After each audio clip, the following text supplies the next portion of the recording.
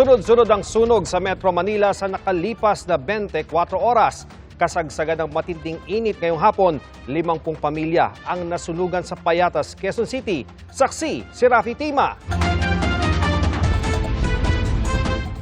Sa kuha ng drone video, makikita ang nangangalit na apoy na lumalamon sa mga bahay sa Santang Street, Payatas A sa Quezon City pasado alauna ng hapon.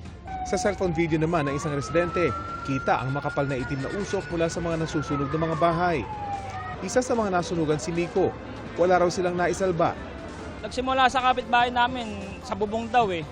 Tapos hindi ko na alam kung ano nangyari. Biglang lakas talaga agad ng apoy. Sabi ko, bumbero na, hindi na talaga kaya.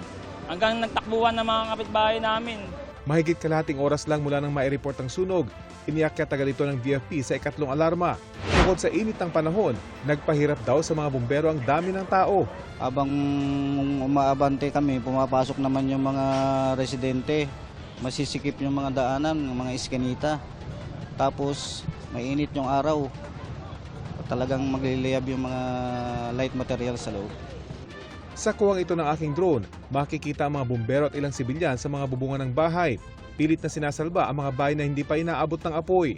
Yun yung mga prinotektahan namin kasi ang hangin papasok sa loob.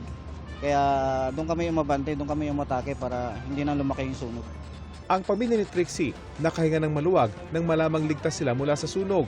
Kung hindi raw naisalba ang kanilang bahay, tiyak damay ang hilera ng mga tindahan ng school supply sa lugar. Isang bahay na lang po. Buti na lang po yung bahay dun sa likod is bato, kaya hindi po agad kumalat.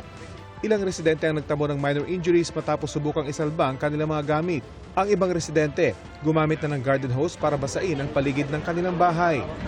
Halos 40 bumbero ang rumisponde sa sunog kaya nakontrol ang apoy pasado alas 2 ng hapon. Tuloy naman itong napula bandang 3:06 p.m. Sa ngayon, inimbestigahan pa ng BFP kung ano ang pinagmulan ng apoy. Ako si Rafi Tima, ang inyong saksi.